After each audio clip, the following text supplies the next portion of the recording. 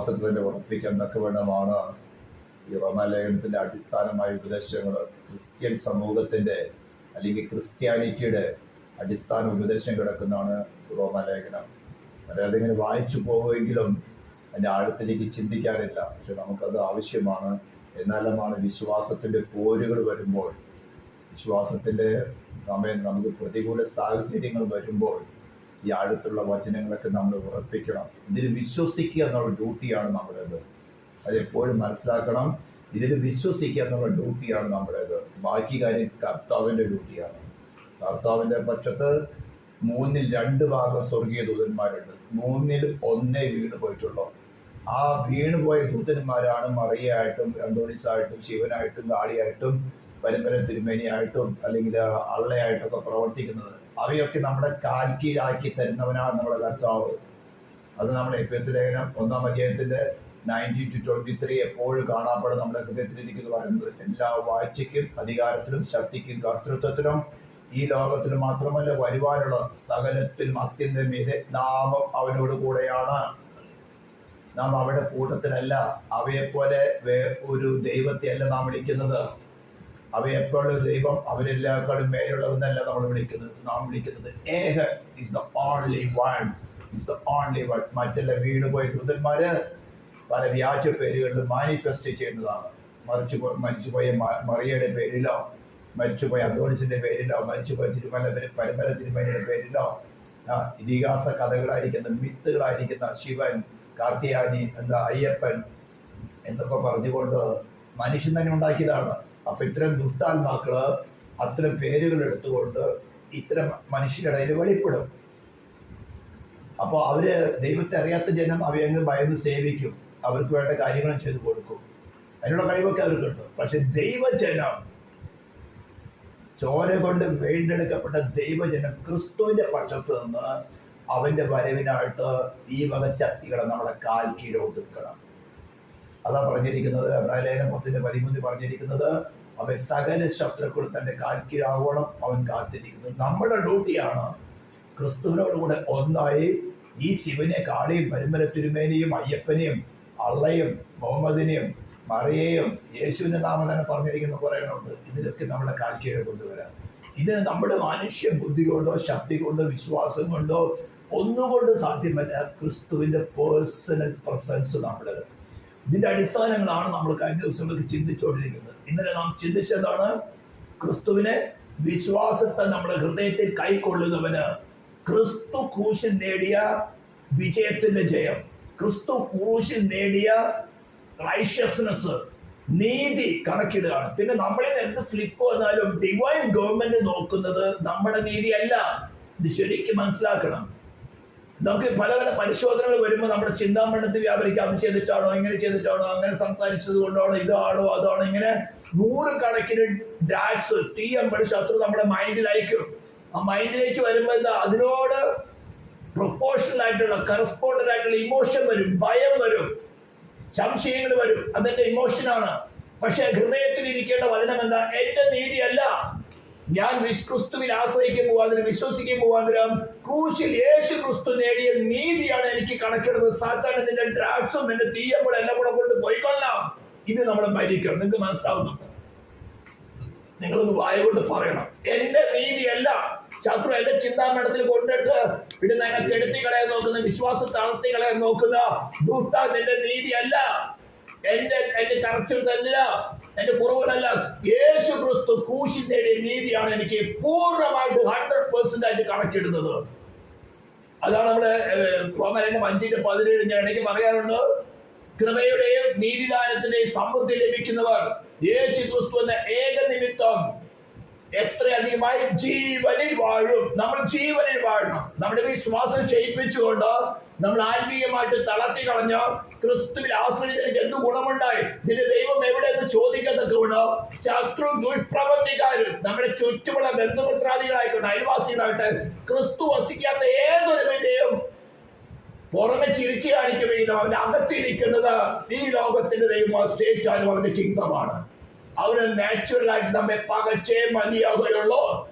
അതുകൊണ്ടാണ് സെപ്പറേഷൻ ജീവിച്ചേ പറയുന്നത്.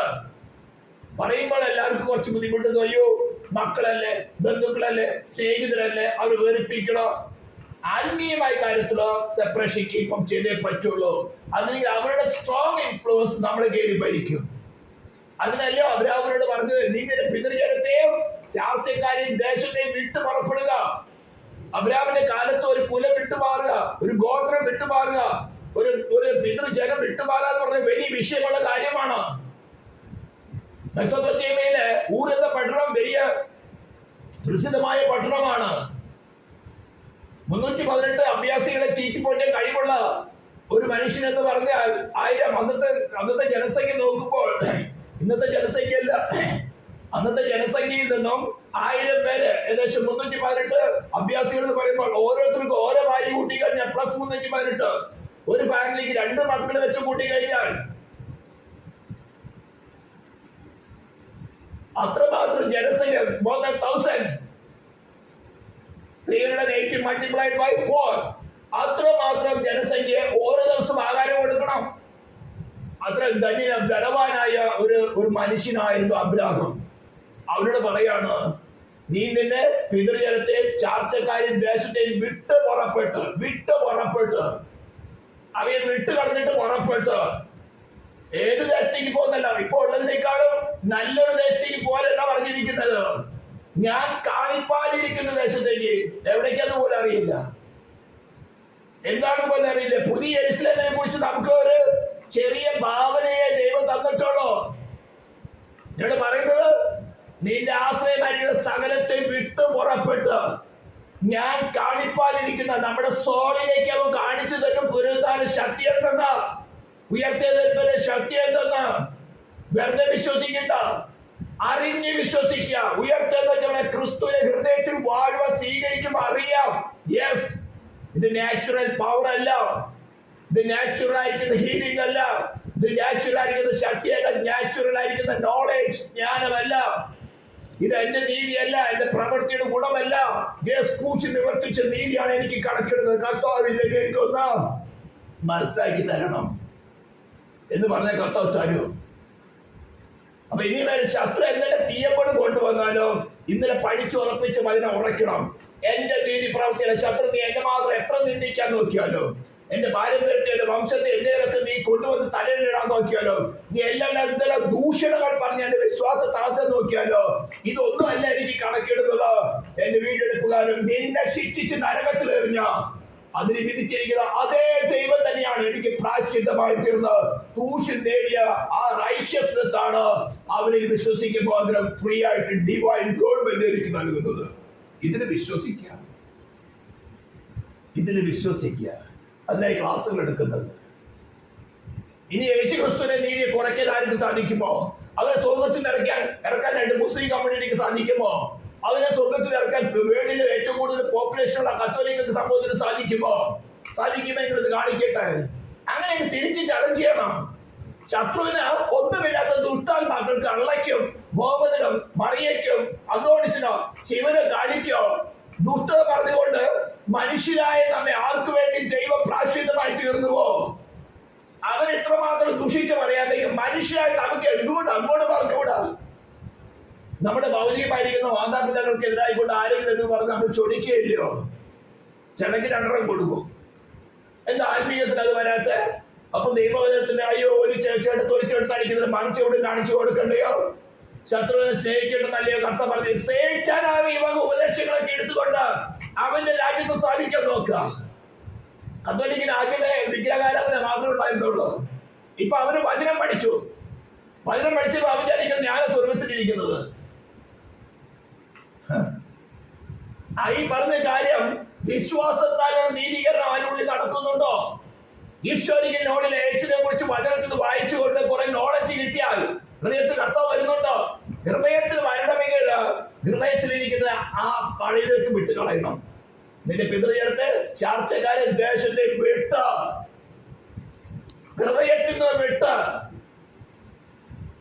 അവരുടെ ആശ്രയത്തെ വിട്ട്, അവരുടെ വിടേണ്ട കാര്യങ്ങളൊക്കെ വിട്ട് ഞാൻ കാണിപ്പാലിരിക്കുന്ന ദേശം, അതാണ് പുതിയ യേശുവിനെ ഇനി വരുവാൻ നമ്മൾ ലിറ്ററലായിട്ട് കാണുന്നെങ്കിൽ ഇപ്പോൾ നമ്മുടെ സോളിൽ അത് അനുഭവിക്കണം. അതാ പുനരുദ്ധാന ശക്തി, അതാണ് വിശ്വാസം എന്ന് പറയുന്നത്. മറ്റതൊക്കെ നോളേജ് ആണ്. ഇന്റലക്ച്വൽ ഫെയ്ത്ത് ഒരു കാര്യമില്ല. പരീക്ഷിക്കപ്പെടുമ്പോൾ പൊട്ടി തകർന്നു പോകും. പക്ഷെ personal experience, yes, my Lord is the greatest one. എന്റെ ദൈവമായ യഹോവ ഏറ്റവും വലിയവൻ, മഹത്വം ധരിച്ചിരിക്കുന്നു. 100 സംഖ്യത്തിൽ പറയുന്നത് പോലെ. സ്തോത്രം, സ്തോത്രം. നമ്മുടെ ഉറപ്പായിരിക്കണം. അപ്പൊ ക്ലാസ്സുകൾ കേട്ട് നോട്ട് എഴുതിയിട്ട് അങ്ങ് പോയിട്ട് പോരാ, അത് വിശ്വാസമായി പരിണമിക്കണം. നമ്മുടെ ഹൃദയത്തിൽ അത് ഉരുവാകണം.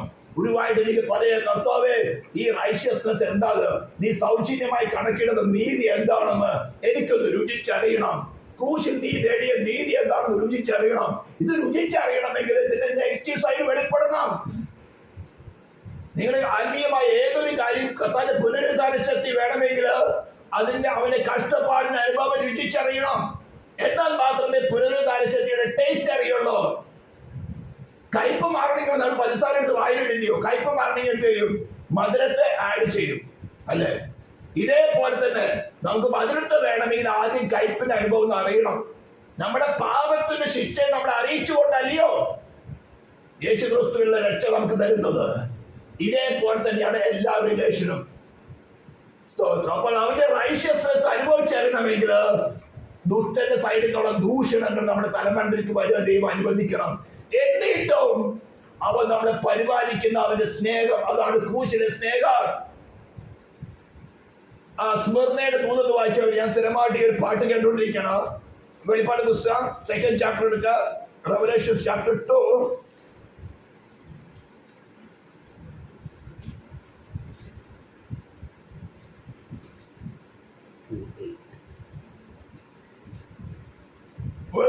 വായിക്കുന്ന സ്മരണയിലെ സഭയുടെ ദൂതൻ എഴുതുക, മരിച്ചവനായിരുന്ന വീണ്ടും ജീവിക്കുകയും ചെയ്ത ആദ്യനും അന്ത്യനുമായവനായിരുന്നു ചെയ്യുന്നത്. അപ്പൊ ഇത്രമാത്രം കഷ്ടതയിൽ കൂടെ പോകുന്ന സ്മരണയുടെ ദൂതൻ അവൻ വെളിപ്പെടുന്ന എങ്ങനെയായിട്ടാ? മരിച്ചവനായിരുന്നു, വീണ്ടും ജീവിച്ചു. എന്നിട്ട് പറഞ്ഞത്, നീ കഷ്ടതയിൽ കൂടെ പോയാലും ഇത്രമാത്രം ദൂഷണങ്ങളിൽ കൂടെ പോയാലും നീ മരിച്ചാലും വീണ്ടും ജീവിക്കും. അതാണ് അവിടെ വെളിപ്പാട്. ഓരോ സഭകളിലും ക്രിസ്തു വെളിപ്പെടുന്ന കാര്യത്തെ കുറിച്ച് നമ്മൾ നോട്ട് എഴുതി റെവലേഷന്റെ ബുക്കിൽ എഴുതിയിട്ടില്ലയോ? ഒന്നാമത്തെ സഭയോട് പറഞ്ഞിരിക്കുന്നത് എന്താ? എഫേസ്യസ് സഭയോട്, എഫേസ്യസ് സഭയുടെ ദൂതൻ എഴുതുക, 7 നക്ഷത്രങ്ങൾ വലങ്കയ്ക്ക് പിടിച്ചു 7 പൊൻനിലവുകളിൽ കൂടെ നടുവിൽ നടക്കുന്നവനായി വിളിച്ചത്. 7 നക്ഷത്രങ്ങൾ എന്ന് പറഞ്ഞ 7 കാലങ്ങളുള്ള സഭയുടെ ദൂതൻ. 7 നിലവിളക്ക് എന്ന് പറഞ്ഞാൽ എല്ലാ കാലത്തിലും സഭയുടെ നടുവില് നടക്കുന്നവൻ എന്ന് പറഞ്ഞാൽ ഓരോരുത്തരുടെ ഹൃദയങ്ങളുടെ ആവശ്യങ്ങള്, ഭാര്യകള്, പാപ സ്വഭാവങ്ങള്, അവരായിരിക്കുന്ന അവസ്ഥ, അഗ്നിജ്വാലിക്കുന്ന കണ്ണുള്ളവൻ, മാറത്ത് പൊൻകച്ച കെട്ടിയവൻ, ന്യായം വിധിക്കാൻ യോഗ്യരായവൻ, അർഹതയുള്ളവൻ, അധികാരമുള്ളവൻ, ഉലയിൽ ചുട്ടുപഴിപ്പിച്ച വെള്ളോട്ട് സദൃശ്യമായ കാലുള്ളവൻ, നിന്നെ രക്ഷിക്കാൻ വേണ്ടി അവയെ ഉലയിൽ ചുട്ടുപഴിപ്പിച്ച വെള്ളോട്ട് സദൃശ്യം എന്ന് പറഞ്ഞാലോ നിനക്ക് വേണ്ടി ഏത് അവസ്ഥയിലും നിന്റെ അടുത്ത് രക്ഷിക്കാൻ കഴിവുള്ളവൻ. അവനാണ് എഫേസ്യസ് സഭയിൽ ആദ്യത്തെ സഭയാണ്. അവരോട് പറഞ്ഞ എഫേസ്യസ് സഭയോട് പറഞ്ഞത്, നിന്റെ ചെറിയൊരു കുറവ് ഞാൻ കാണുന്നുണ്ട്, ആദ്യ സ്നേഹം വിട്ടുപോയിരിക്കുന്നു, പേടിക്കണ്ട, repent, come back to the first love, ആശ്രയം. അതിനുശേഷം പെർസിക്യൂഷൻ ആരംഭിച്ചു, അതികഠിനമായ പെർസിക്യൂഷനിലൂടെ സഭയോട് പറയാണ്, ഞാൻ മരിച്ചവനായിരുന്നു, ഇപ്പോൾ എന്നേക്ക് ജീവിച്ചിരിക്കുന്നു. ഇത്ര പെർസിക്യൂഷനിലൂടെ നീ പോയാലും, ഈവൻ നീ ശാരീരികമായി മരിക്കേണ്ടി വന്നാലും, ഞാനും മരിച്ചവരായിരുന്നു, എന്നാൽ ഇപ്പോൾ ഞാൻ എന്നേക്കുമായി ജീവിച്ചിരിക്കുന്നു. അതായത് നീ കട്ടയുടെ മാർഗത്തിൽ കൂടെ പോയിട്ട് ഈവൻ നിനക്ക് മരിക്കേണ്ടി വന്നാലും നിനക്ക് കിട്ടാൻ പോകുന്നത് എറ്റേണൽ ലൈഫാണ്, എന്നേക്ക് ജീവിച്ചിരിക്കുന്ന അവസ്ഥയാണ്. Condition be with me. അതാണ് താഴോട്ട് പറയുന്നത്. ആദ്യനും അന്തിനുമായിരുന്നു ഞാൻ നിന്റെ കഷ്ടതയും ദാരിദ്ര്യവും നീ ധനവാനാകുന്ന താനും. തങ്ങൾ യഹൂദന്മാരെന്ന് പറയുന്നെങ്കിലും യഹൂദന്മാരല്ല, സാത്താന്റെ പള്ളിക്കാരവരുടെ ദൂഷണവും അറിയുന്നു. അപ്പോൾ അവന്റെ റൈഷ്യസ്നെസ്, ഫ്രീ റൈഷ്യസ്നെസ് നമുക്ക് അനുഭവിച്ചറിയണമെങ്കിൽ ഇവന്റെ ദൂഷണം കർത്താവ് അനുവദിക്കും. അവനെ വിളിക്കുന്ന എന്താണ്? സാത്താന്റെ പള്ളിക്കാര്. വീണ്ടും ജനനം പ്രാപിച്ച് ഉയർത്തെഴുന്നേറ്റവരെ ക്രിസ്തുവിന്റെ ഹൃദയത്തെ കൈക്കൊള്ളാത്ത ഏതൊരുവരെ കുറിച്ചും കർത്താവ് പറയുന്നത് സാത്താന്റെ പള്ളിക്കാര്. ഇനി എത്ര പെരുന്നാൾ ആചരിച്ചാലും, ശബരിമല പോയാലും, എന്താ ഇവിടെ മലയാറ്റൂര് മല കയറിയാലും, വേളങ്കണ്ണി പോയാലും, ഇവിടെ ഗുരുവായൂർ അമ്പലത്തിൽ പോയാലും ഏതൊരു ഒരേപോലെയുള്ളൂ. അവനെ വിളിക്കുന്ന പേരാണ് സാത്താന്റെ പള്ളിക്കാര്. അവൻ ദൂഷണം പറയും. ഇതിന് കർത്താവ് പറയുന്നത്, നീ പേടിക്കേണ്ട, നോ ഫിയർ അറ്റ് ഓൾ. ഞാൻ മരിച്ചവനായിരുന്നു, ഞാൻ ആദിനും അന്തിനുമാണ്. ഇതൊക്കെ ഇടയ്ക്കുള്ളത്. ഞാൻ ആദിനാണ്, ഞാൻ അന്തിനുമാണ്. ബാക്കിയുള്ളതൊക്കെ ഇടയ്ക്ക് വരുന്നതാണ്. ഈ ഇടയ്ക്ക് വരുന്നതൊക്കെ നമ്മുടെ അടുത്ത് പോരാടും. അവിടെ എന്താ? Be faithful. അന്ത്യത്തോളം വിശ്വസ്തനായിരിക്കുക, അന്ത്യത്തോളം വിശ്വസ്തനായിരിക്കുക. വിശ്വസ്തത കർത്താവിനുള്ള ആശ്രയം, വിശ്വസ്തത അതാണ്. I rely on my Lord. അവന്റെ ഫ്രീ റൈഷ്യസ്നസ് ആണ് എനിക്ക് കണക്കിടുന്നത്.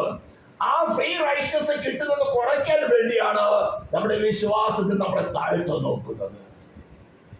ഹല്ലേലൂയ. ഇതിന് നമ്മുടെ ഡ്യൂട്ടി എന്ന് പറയുന്നത്, നമ്മുടെ ഡ്യൂട്ടി എന്ന് പറയുന്നത് വിശ്വാസത്തിൽ ഉറയ്ക്കുക, വിശ്വാസത്തിൽ തുടരുക. ഇതാണ് നമുക്ക് ഒരിക്കലായി കഴിച്ച വിശ്വാസത്തിന് വേണ്ടി പോരാടണമെന്ന് പറയുന്നത്. ഒരിക്കലായിട്ട് നമ്മൾ വരവേൽപ്പിച്ചിരിക്കുകയാണ്. ബാങ്കിൽ കൊണ്ടുപോയി അപ്പൊ നമ്മുടെ സേഫ് ലോക്കറില് ഗോൾഡോ അല്ലെങ്കിൽ വാല്യുവൽ ഡോക്യുമെന്റ്സോ കൊണ്ടുവച്ച് കഴിഞ്ഞാൽ ആ ബാങ്കിന്റെ ഉത്തരവാദിത്വമാണ് വെച്ച ആൾ ചോദിക്കുന്ന, കസ്റ്റമർ ചോദിക്കുന്ന സമയത്ത് യാതൊരു കേടുകൂടാതെ തിരിച്ചു കൊടുക്കണം.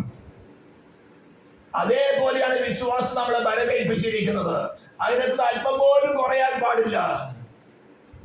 അതൊരു ദിവസം കണക്ക് ചോദിക്കുന്നു, എന്റെ ഹൃദയത്തിൽ ഞാൻ പറഞ്ഞ വിശ്വാസം എവിടെയാ? എന്റെ ഞാൻ തന്നെ രക്ഷിപ്പ യോഗ്യരല്ലയാണോ? ഞാൻ വഹിക്കുകയും ചുമന്ന് വിടുവിക്കുകയും ചെയ്യുന്നവനെയാ. വാർദ്ധക്യത്തിലേക്ക് ഞാൻ അനന്യനായിരിക്കുന്നവനാ. നരയ്ക്കുവോളം ഞാൻ ചുമക്കുന്നവനല്ലയോ? ഞാൻ വഹിക്കുകയും ചുമന്ന് വിടുവിക്കുകയും ചെയ്യും. ഞാൻ മാറ്റമില്ലാത്തവൻ. യേശു ക്രിസ്തു ഇന്നലെയും ഇന്നും എന്നതേക്കും അനന്യൻ തന്നെയാണ്. അപ്പൊ വിശ്വാസത്തിന്റെ പരിശോധനയോ മറ്റു പ്രശ്നങ്ങളൊന്നുമില്ലാതെ കാക്കണമേ എന്ന് പറഞ്ഞ വിശ്വാസം പ്രവൃത്തിയല്ല, തീച്ചൂളയിട്ടുകൊണ്ടാണ് നമ്മൾ വളർത്തിയെടുക്കുന്നത്. ശത്രുവിന്റെ പാളയത്തിന്റെ തടിയിലാണ് വളർത്തുന്നത്. അതിലാണ് യോശുവ കാലം പറഞ്ഞത്, അനാക്യം എല്ലാവരും ഉണ്ടായതല്ലോ മിസ്രൈൽ ദേശത്തിന്റെ അടിമത്തത്തിൽ നിന്ന് ഫറവോന്റെ ശക്തമായ കരങ്ങളിൽ നിന്ന് ആ ചോരത്തൊലിയുടെ ബൗദ്ധത്താൽ നമ്മളെ വിടിവിച്ചു കൊണ്ടുവന്ന് ചെങ്കടലിന്റെ കരയില് ഫറവോന്റെ സൈന്യത്തെ കൊന്നുകളഞ്ഞ അതേ ദൈവം സീനായ് മലയിൽ നമുക്ക് വെളിപ്പെട്ടതാ. ഹല്ലേലൂയ. ഒരു മൃഗമെങ്കിലും പർവ്വതം തൊട്ടാൽ അതിന് കല്ലെറിഞ്ഞ് കൊല്ലണം, കൈകൊണ്ട് തൊടാൻ പാടില്ല. അത്രയും വിശുദ്ധനായ ദൈവം. ആ വിശുദ്ധനായ ദൈവം വെളിപ്പെട്ട മലയില് ഒരു മൃഗമെങ്കിലും തൊട്ടാൽ അതിനെ കൈകൊണ്ട് തൊടാൻ പാടില്ല, കല്ലെറിഞ്ഞ് കൊല്ലണം. അത്രയും വിശുദ്ധനായ ദൈവമാണ് നമുക്ക് വേണ്ടി പ്രായശ്ചിത്തമായി തീർന്ന്. അവന്റെ സ്നേഹത്തിന് മാറ്റാൻ സാത്താൻ അവന്റെ ദൂതന്മാർക്കോ അവന്റെ ശുശ്രൂഷകന്മാർക്കോ കൊന്ന ചെല്ലിയോ ശബരിമലയ്ക്ക് നേർച്ച നേർന്നോ അയ്യപ്പനെ വിളിച്ചോ ശിവനെ വിളിച്ചോ ചെയ്യാൻ പറ്റോ? വരട്ടെ. ഇതാ നമ്മുടെ വിശ്വാസം. സ്തോത്രം. അവന് മുമ്പിൽ നമുക്കും തെളിയിക്കണം, എന്റെ ദൈവമായ യഹോവ ഏറ്റവും വലിയവൻ. ഇതിന്റെ ഒരു പഴയ അനുഭവമാണ്. ആക്ച്വലി നമുക്ക് ചിന്തിക്കേണ്ടി വന്ന് അതിനൊരു ഫൗണ്ടേഷന് വേണ്ടിയിട്ടാണ് ഞാൻ ഇത്രയും പറഞ്ഞത്. ഇത് പറയാൻ ആഗ്രഹിച്ചതല്ല. But B faithful. ഇന്നലെ നമുക്ക് പഠിച്ചു പോയ ഹൃദയത്തിൽ വളരെ ശക്തമായിട്ട് എത്ര പേർക്ക് അതിന്റെ ആഴം മനസ്സിലായി എന്ന് എനിക്കറിയില്ല. ക്രൂശിൽ താൻ നേടിയ ആ റൈഷ്യസ്നെസ്, താൻ പൂർണ്ണ അനുസരണമുള്ളവനായിരുന്നത് കൊണ്ട് ഡിവൈൻ ഗവൺമെന്റ് അവൻ മരിക്കാൻ അനുവദിക്കാൻ പാടില്ല. ഡിവൈൻ ഗവൺമെന്റിന്റെ എക്സിസ്റ്റൻസ് അനുസരിച്ചുകൊണ്ട് അവൻ പൂർണ്ണ അനുസരണമുള്ളവനായതുകൊണ്ട് ഡിവൈൻ ഗവൺമെന്റ് അധികാരത്തിനും ശക്തിക്കൊത്ത വേണം അവന് സംരക്ഷിച്ചേ മതിയാകുകയുള്ളൂ. അവന് കിട്ടേണ്ട പ്രൊട്ടക്ഷൻ ആണ് അവനെ വിശ്വസിക്കുന്നത് നമുക്ക് കിട്ടുന്നത്. അതാണ് നീതി കണക്കിടുന്നത് പറഞ്ഞതിന്റെ ഒരു ഭാഗം. യേശു ക്രിസ്തുവിനെ കിട്ടേണ്ടിയിരുന്ന അതേ പ്രൊട്ടക്ഷൻ ആ ദൈവരാജ്യത്തിന്റെ ശക്തിക്കും ബഹുത്വത്തിനകത്ത് വേണം. നമ്മുടെ അടുത്ത് ശത്രു ദുഷ്പ്രവർത്തിക്കാരെ പോരാടുമ്പോൾ നമ്മുടെ ഗുണം കൊണ്ടുള്ള പ്രൊട്ടക്ഷൻ അല്ല, യേശു ക്രിസ്തുവിനെ കിട്ടേണ്ടിയിരുന്ന പ്രൊട്ടക്ഷൻ ആണ് അവൻ പൂർണ്ണമായി അനുസരിച്ചത് കൊണ്ട് നമുക്ക് കിട്ടുന്നത്, അവന് വിശ്വസിക്കുന്നത് കിട്ടുന്നത്. ഡിവൈൻ ഗവൺമെന്റ് അസിസ്റ്റൻസ് അങ്ങനെയാണ്. നമ്മുടെ വിശ്വാസം മാത്രമേ അതിന്റെ ബേസിസ് ഉള്ളൂ. ബൈ ഫെയ്ത്ത് ക്രിസ്തുവിന്റെ നീതി നമുക്ക് ഫ്രീ ആയിട്ട് കണക്കിടുന്നു. അത് അല്പം പെർസെന്റേജ് അല്ല, 100%. അതിന്റെ വെയിറ്റേജ് കുറവല്ല. ദൈവരാത്രി ശക്തിയിലെന്ന് ചോദിക്കത്തക്ക വേണം, നിന്റെ ദൈവം എവിടെയെന്ന് ചോദിക്കത്തക്ക വേണം. ശത്രു പലതും കൊണ്ടുവരുമ്പോൾ എന്റെ ദൈവം വലിയവൻ, I will wait for him. ഞാൻ യഹോവയ്ക്കായി കാത്തിരുന്നു, അവനെ ഗ്രഹിച്ചായിരുന്നു. നാശകരമായി കുഴിയിൽ നിന്നും കുഴഞ്ഞ ചേച്ചത്, ഇങ്ങനത്തെ കുഴഞ്ഞ ചേച്ചിന്റെ അവസ്ഥ ഉണ്ടാകും. ഇതൊക്കെ അനുഭവിച്ചിട്ട് സങ്കീർത്തനകാരൻ എഴുതി വെച്ച് നമുക്ക് വരാൻ പോകുന്ന കട്ടള മുൻപ് ദാവീദിന് കൊടുത്തിട്ട് ദാവീദ് കുഴഞ്ഞ ചേച്ചിയുടെ അനുഭവം അനുഭവിച്ചിട്ടാണ് എഴുതിയത്. അവൻ ദാവീദിനെ കരുതിയിട്ടല്ല ചിന്തിച്ച ദൈവം നമ്മെ പ്രതി നമുക്ക് വരാൻ പോകുന്ന കുഴഞ്ഞ ചേച്ചിന്റെ അവസ്ഥ അവന് കൊടുത്തുകൊണ്ട് നമ്മെ സ്നേഹിക്കുന്നത് കൊണ്ട് നമുക്ക് പ്രബോധനത്തിനായിട്ട് ആ അനുഭവം അവന് കൊടുത്തു.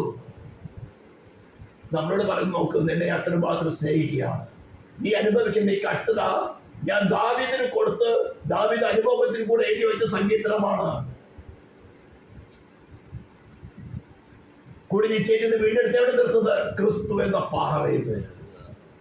ഈ ക്രിസ്തു എന്ന പാറയിൽ നിൽക്കണമെങ്കിൽ ആദ്യം കുഴഞ്ഞ ചേർന്ന അവസ്ഥ അനുഭവിക്കണം, എന്നാലേ ഡിഫറൻസ് മനസ്സിലാകുള്ളൂ. ഇങ്ങനെ ഒരു അനുഭവമാണ് ബാബേൽ പ്രവാസത്തിൽ നിന്ന് കടന്നു വന്ന ഇസ്രായേൽ ജനത്തിലുണ്ടായിരുന്നത്. അതിലൊരു വാക്യമായിരുന്നു ചിന്തിക്കേണ്ടിരുന്നത്. Verse 6, Psalm 85 verse 6. Psalm 85 verse 6. നിന്റെ ജനം നിന്നിൽ ആനന്ദിക്കേണ്ടതിന് നീ ഞങ്ങളെ വീണ്ടും ജീവിപ്പിക്കുകയില്ലയോ? ദൈവത്തിന്റെ ജനമായിരിക്കുന്ന ഇസ്രായേല്, സ്തോത്രം, ബാബേൽ പ്രവാസത്തിൽ കടന്നു ചെല്ലുമ്പോൾ ബാബേൽ പ്രവാസത്തിൽ വെച്ച് അവരോട് പറയുന്നത് എന്താണ്? ഒരു മിനിറ്റ് സംഗീതം ഒന്ന് എടുത്തോട്ടെ. വേറെ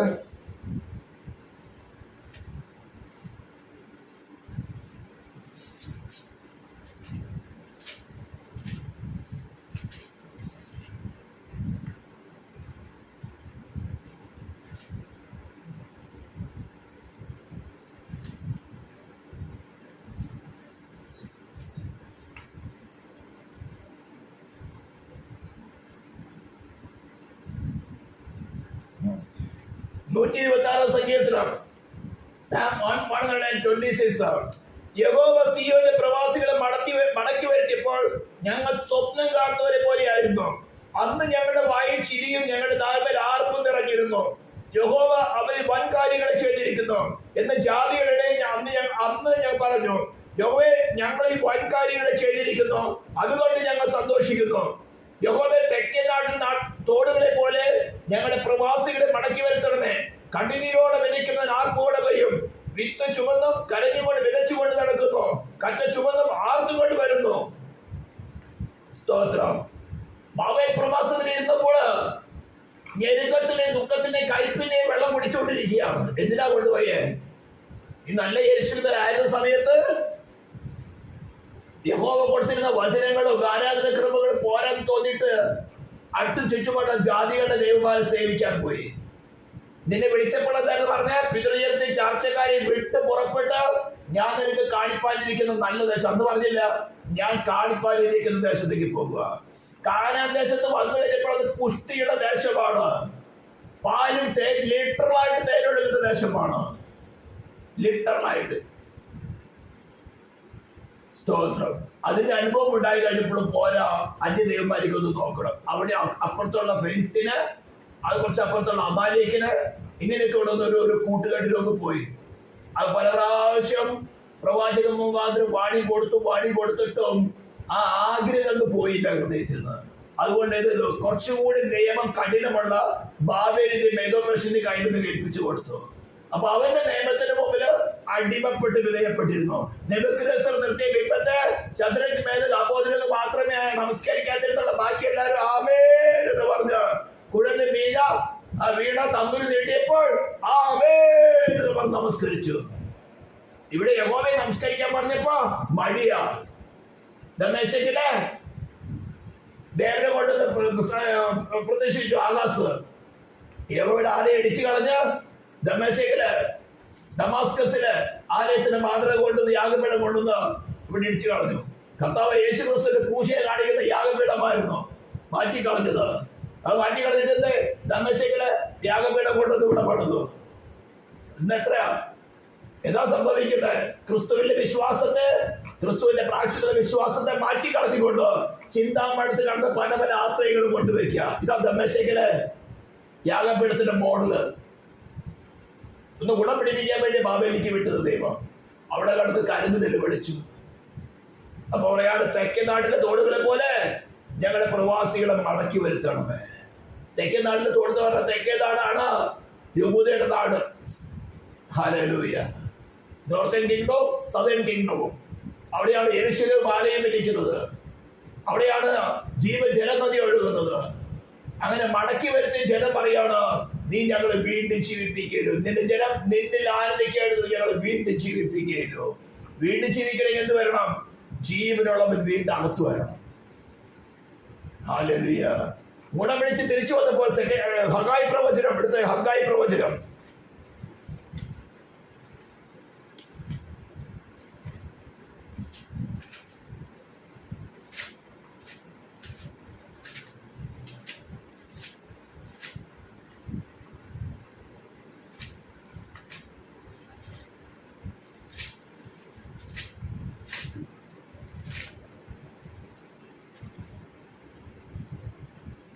ഹഗായിയുടെ സെക്കൻഡ് ചാപ്റ്റർ, ഹഗായി പ്രവചനത്തിന്റെ സെക്കൻഡ് ചാപ്റ്ററിന്റെ വേഴ്സ് 9 വേഴ്സ് 7 തുടങ്ങി വായിക്കാം. ഞാൻ സകല ജാതികളെ ഇളക്കും, സകല ജാതികളെ മനോഹര വസ്തു വരികയും ഞാൻ ഈ ആലയത്തെ മഹത്വപൂർണ്ണമാക്കിയെന്ന് സൈന്യങ്ങളെ യഹോവയുടെ അരുളപ്പാട്. ഈ സകല ജാതികളെ മനോഹര വസ്തു എന്ന് പറയുന്നതാണ് ഈ ബ്രൈഡ് ഓഫ് ക്രൈസ്റ്റ്. സകല ജാതികളുടെയും മനോഹര വസ്തു എന്ന് പറഞ്ഞാൽ ബ്രൈഡ് ഓഫ് ക്രൈസ്റ്റിനെ ബേസ് ചെയ്തുകൊണ്ടാണ് ഈ പ്രകൃതിയുടെ തന്നെ അനുഗ്രഹം കടന്നു വരാൻ പോകുന്നത്. റോമാലേഖനം ചാപ്റ്റർ 8 വേഴ്സ് 19 വായിച്ചാൽ മനസ്സിലാകുന്നതാണ്. സകല സൃഷ്ടികളും ഈറ്റുനോവോടുകൂടെ ഞെരങ്ങിക്കൊണ്ടിരിക്കുക. എന്തിനാ? നമ്മുടെ പുത്രത്വം വെളിപ്പെടേണ്ടതിന്. അതൊരു ചാപ്റ്ററാണ് മനോഹര വസ്തു. ഞാനൊരു വീഡിയോ ചെയ്തിട്ടുള്ളതാണ്, നിങ്ങൾ കേട്ടിട്ടുള്ളതായിരിക്കും. ഈ ആലയത്തെ മഹത്വപൂർണ്ണമാക്കിയെന്ന് സൈന്യങ്ങളെ യഹോവ ചെയ്യുന്നു. വെള്ളി എനിക്കുള്ളത്, പൊന്നും എനിക്കുള്ളത് എന്ന് സൈന്യങ്ങളെ യഹോവ പാടുപാട്. സ്തോത്രം. ഈ ആലയത്തിന്റെ പിന്നത്തെ മഹത്വം മുമ്പിത്തേതിലും വലുതായിരിക്കുമെന്ന് സൈന്യങ്ങളുടെ യഹോവ ചെയ്യുന്നു. ഈ സ്ഥലത്ത് ഞാൻ സമാധാനം നൽകുന്ന സൈന്യങ്ങളുടെ യഹോവ ചെയ്യുന്നു. പ്രവാസത്തിൽ നിന്ന് മടങ്ങി വന്ന ജനത്തോട് പറയാണ്, മുൻപുണ്ടായിരുന്ന ആലയം നെബൂഖദ്നേസർ കൂട്ടർ തീ വെച്ച് നശിപ്പിച്ച് കളഞ്ഞു. ആലയത്തിൽ ഉപകരണങ്ങൾ പിടിച്ചുകൊണ്ട് അവന്റെ ദേവന്റെ ക്ഷേത്രത്തിൽ വെച്ചു. എന്നാൽ ദേശത്തിന്റെ കാലത്ത് ചെയ്തു ദൈവം അതെല്ലാം മടക്കിക്കൊണ്ട് വന്നു. താമര കഥകളെ തുറന്നു, ഇരുമ്പോടാമലകൾ ഖണ്ഡിച്ചു.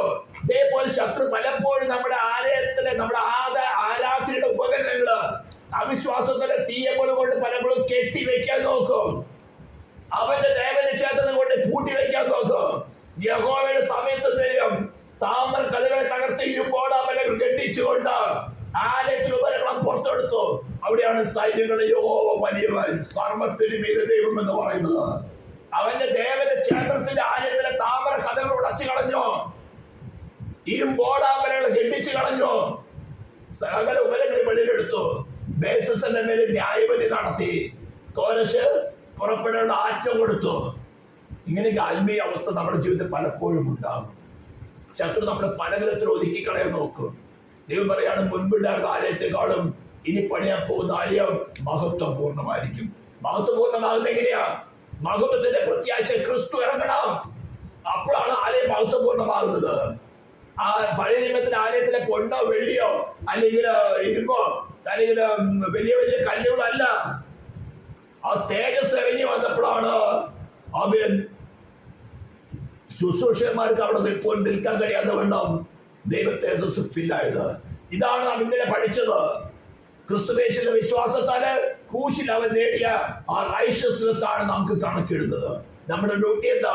Rely on him, rely on him. അതാ പറഞ്ഞത്, നിന്റെ ജനം നിന്നിൽ ആനന്ദിക്കേണ്ടത് നീ അവരെ വീണ്ടും ജീവിപ്പിക്കുകയല്ലയോ. സ്തോത്രം. നിങ്ങൾക്ക് ഏകദേശം ഒരു രൂപരേഖ പിടികിട്ടി തോന്നുന്നു ഞാൻ പറഞ്ഞത്. ഉപദ്രവങ്ങളിൽ കൂടെ പോകുമ്പോൾ, കഷ്ടതയിൽ കൂടെ പോകുമ്പോൾ സ്മൃതിയുടെ സഭയോട് കർത്താവ് പറഞ്ഞത്, പേടിക്കേണ്ട, ഞാൻ ഇതുപോലെ ഇതിനേക്കാളും വലിയ ഉപദ്രവത്തിൽ കൂടെ കടന്നുപോയി മരിച്ചു, എന്നിട്ട് ഇപ്പോൾ ഇതാ ഇതിലേക്ക് ജീവിച്ചിരിക്കുന്നു. നിനക്ക് ഉപദ്രവങ്ങൾ കൂടെ കടന്നുപോയി മരിക്കേണ്ടി വന്നാലോ, don't worry, you will be living everlasting life. ഇതാ പ്രത്യാശ ക്രിസ്തുവിലുള്ള, ഇതാ ക്രിസ്തുവിലുള്ള പ്രത്യാശ. പിന്നെ കരച്ചിലല്ല ഉണ്ടാകുന്നത്, പിറുപിറുപ്പല്ല ഉണ്ടാകുന്നത്. ദൈവദൂഷിതമായി വരുമ്പോൾ എന്റെ കർത്താവ് മരിച്ചവരായിരുന്നോ, എന്നാൽ ഇത് എന്നേക്ക് ജീവിച്ചിരിക്കുന്നു. എന്നിൽ ഉപദ്രവം വർദ്ധിക്കുന്നവരോ എന്നേക്ക് ജീവിച്ചിരിക്കുന്ന ക്രിസ്തു എന്നെ വെളിപ്പെടും. ശത്രു നീ ഇതിന്റെ പണി നോക്ക്. Fear not. അവന്റെ ദൂഷണങ്ങൾ പെരുകും. സാത്താന്റെ പള്ളിക്കാരുടെ ദൂഷണങ്ങൾ പെരുകും. സാത്താന്റെ പള്ളിക്കാരുടെ ഉപദ്രവങ്ങൾ പെരുകും. അവിടേക്ക് സഹിപ്പാനുള്ള കൃപ. ഭയപ്പെടേണ്ട, ഞാൻ നിന്നോട് കൂടെയുണ്ട്. ഭയപ്പെടേണ്ട, ഞാൻ നിന്നോട് കൂടെയുണ്ട്. Our duty is to rely on Christ resurrected. ദൈവമേ, കർത്താവ് നിങ്ങളെ ബലപ്പെടുത്തട്ടെ.